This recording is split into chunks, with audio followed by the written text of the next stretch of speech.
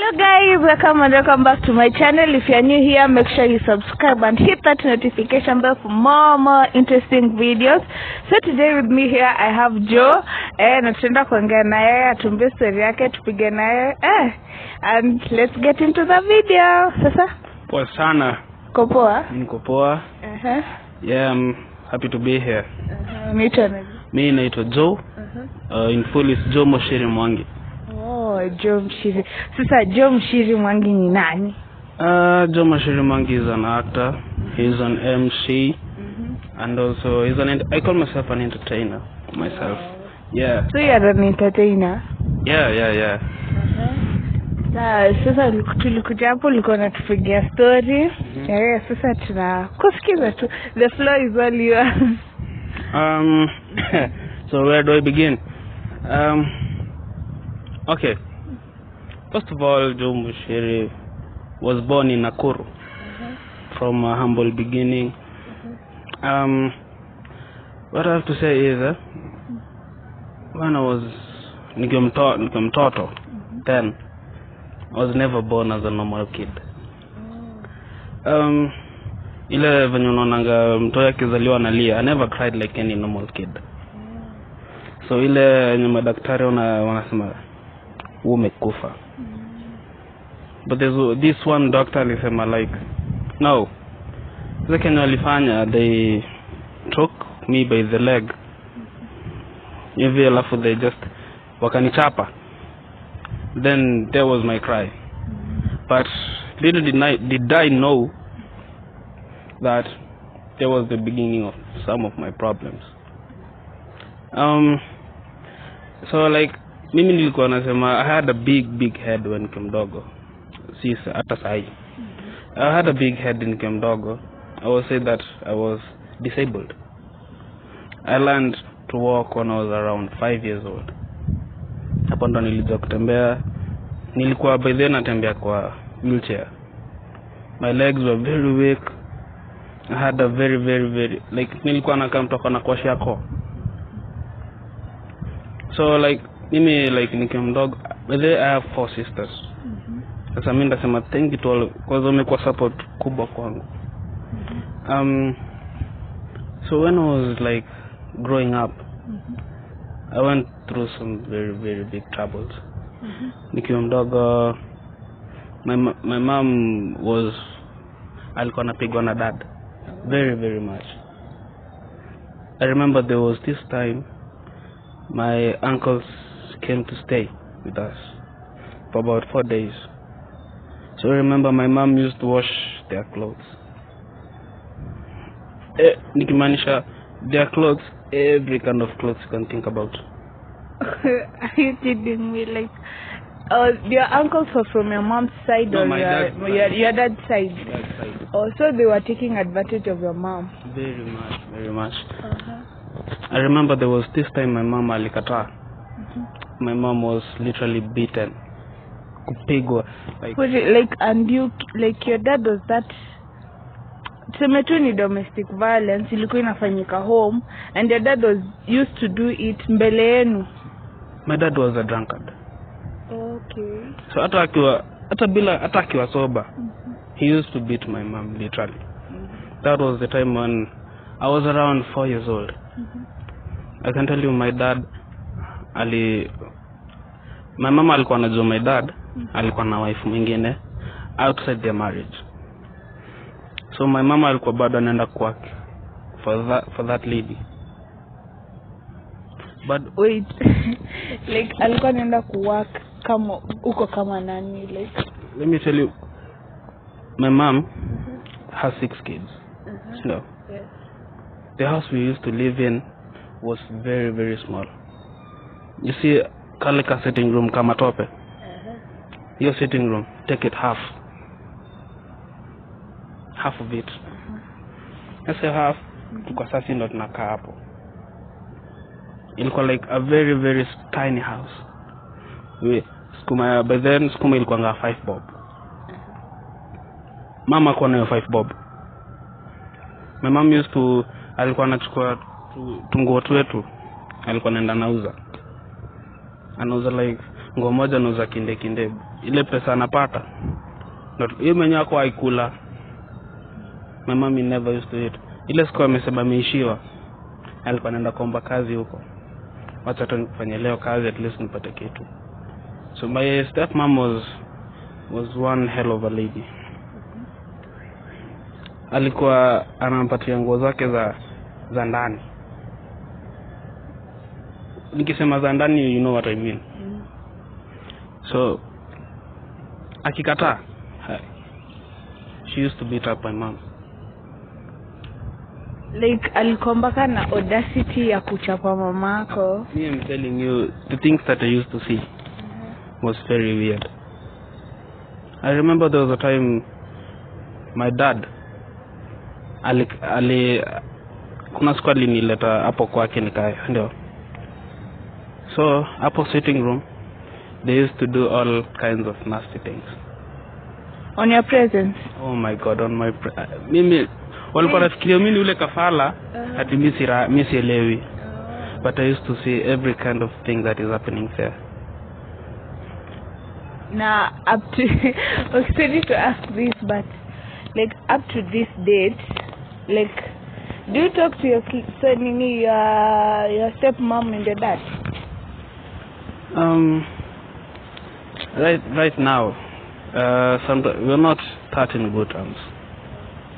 Because you know, me baka the time nilikuwa naingia form 1, ndio nipate school fees ya kwenda form 1. Mimi nimesomea High School, Kakamega High School. Nilikuwa naenda kuuza chapo ndio nipate school fees. Every time I used to go to, lazima ningekuwa naenda na chapo.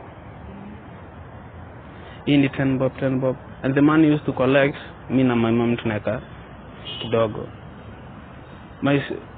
My sisters also walikuwa naenda wanauza njugu, wanauza all these kinds of stuff. My dad, sasa siku moja my mama akakuwa pregnant na my dad's kid, sasa last born wetu. But then my dad alikuwa bado anakuja anapiga mama yangu akiwa na ball. Sasa mimi Kenya nilifanyanga, nilienda kumshika. Sasa mimi kumshika, he just alinipiganga ngumi. How old were you at this point? 13. I was 13. What? So unaona ile like unajaribu kudefend your mom. Sasa una nguvu. Your dad was like that built up guy. Anakutandika tu kama mtoto. So it went up like that. Then I discovered that I had leukemia as time went by. I told my dad, but he said nobody in my family has leukemia. So then I was disowned. Wait, like ulienda hosi, like nilikufanya mpaka ukakuja kujua like uko na leukemia, like ulikuwa na film siku kaenda hosi ama kulikuwa agenda ukakuja find out? By that time kuna venye nilikuwa very very much sick. So my mama akanipeleka hosi akifikiria but you know African moms wanajuanga ugonjwa hata kabla hawajaiona. Akasema hii ni malaria hii, twende hospitali. So by then waka like fanya ma samples zenye hata sielewi. Daktari akaniambia scientific terms zenye hata mimi sielewi. Sasa akaniambia due to test we have done, we found out that you have leukemia. So actually you know leukemia is genetic. Right. My grandfather had it. Babu yangu. So that's what made him to die. Alikufa at the age of 60. Even before I knew that I had leukemia, my dad said, "You're not my son." Why did you, okay, I know you're not the right person to ask, but unaweza tell ni nini ilifanya hadi alikuwa anakwambia you're not a son? Is it because ulikuwa umezaliwa na complications ama? You know when I was so much young, my dad used to pray for our son. You know, we had 4 girls before me. Then sasa mimi sasa. So actually my dad was overjoyed. But seeing the ile mimi kutembea at the age of 5. Alafu tena kuna natumia wheelchair, akafikira ni bure huyo. Yaani atanisaidia na nini huyo. It came a point where when my mom was actually pregnant. My mom was actually pregnant twice. The first one she actually got a miscarriage. Kwa sababu ya kupigwa. That is what made me even hate my dad even more. I never used like tuseme ati mtu achukue baba yake. But the things he used to do was like, nah. Even today, sometimes I say, sini budangu tunaenda na mimi na brother yangu kumuona. But the things he actually does, even at this point, saizi, it's very, very sickening. It was a day nilikuwa nimeenda ati just like to say hi, to settle differences, kusema ni babangu nini. Actually,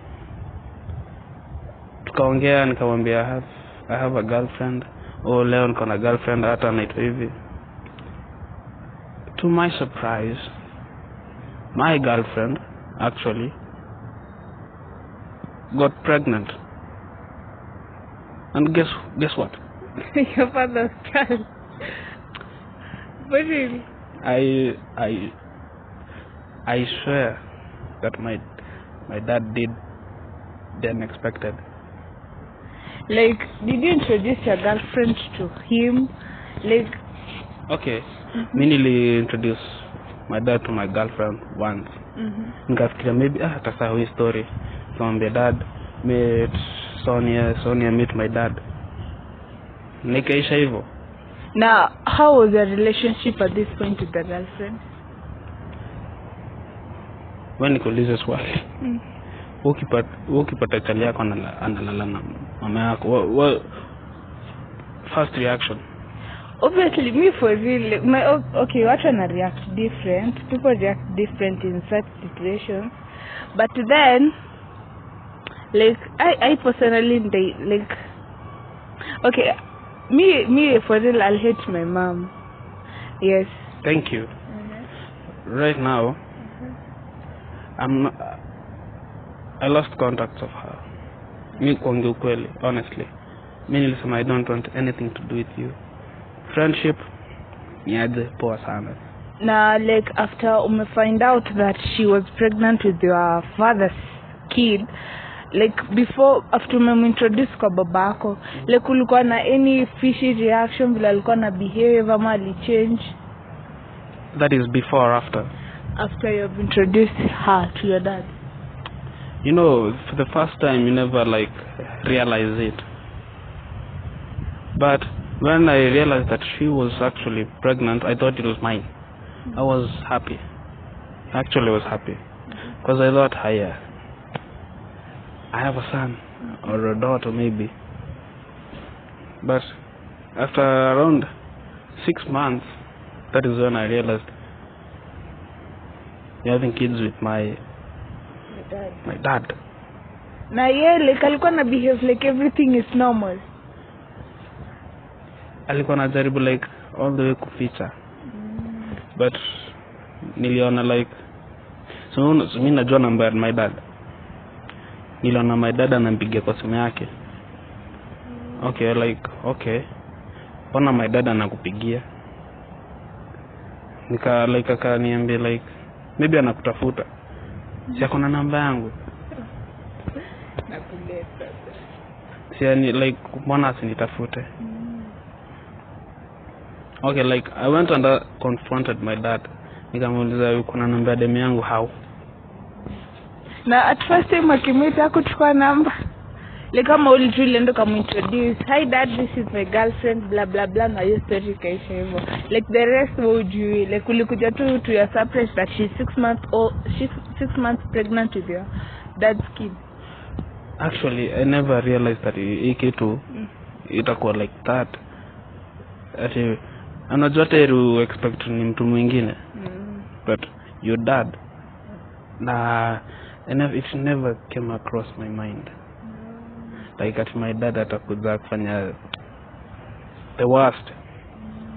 That is, alafu asking my dad ananiambia I was drunk. Are you kidding me? Like your dad we're human beings. Baba said well, like it's not funny, but what? And at this point, wakati you found out that she's 6 months pregnant with the dad's kid, your mom, uliambia mamako, like reaction ya mamako ilikuwa ni gani, sister zako? My friend, my mom was devastatingly furious.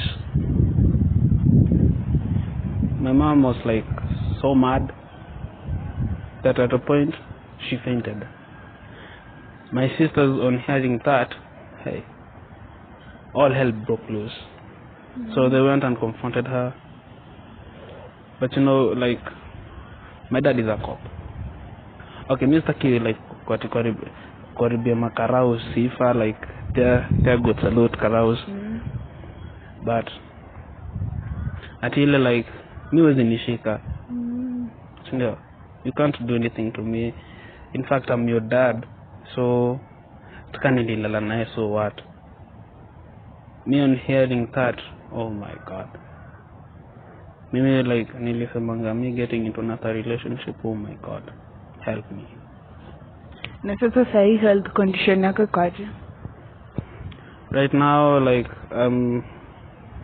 chemotherapy, radiotherapy. Actually, I'm even happy to say right now that at least with the money that I get, at least I can support my family. Plus my sisters, they also support my family. But I'm so, ever since that incident, I've never seen my dad again. And na your ex girlfriend, funny thing, tunaishi area moja, so hata kama ni ile like na babako akujengi kuna mtoto. Have you met my dad? I've never. So like okay. Once, never ever in my life have I ever seen my dad anywhere close to us or anywhere close to that lady. Or even me hata school fees yenye nilikuwa naenda nayo shule, it's all me. It's all my mom. What? Like your cousins, like your family members, like your great wazazi wa babako, like aunties wanasemanga nini about your dad? Let me tell you, my mom used to work for all of them. So in short, your mom was like a slave. Yes, a slave. But my mom is one hell of a lady. She went all through that, but she still remained strong. There was a time my mom got very sick. Alikuwa at a point like hata kusimama ilikuwa ngumu. But my dad never ever did anything. As like Mr. Seti namchomea like ni kitu iko. I don't even know what to say, but saizi, let me talk about my condition. Saizi condition yangu saizi is actually good, fair enough. The leukemia saizi nimeambia you're good for now. I'm good for now. So ilikuwa imefika point hiyo leukemia I couldn't do anything. Kama ilikuwa ni event sikuwa naenda. I couldn't do anything. But after remember you're good for now. At least naweza kucha this kind of places, the theater. Yeah. Right now I'm good right now.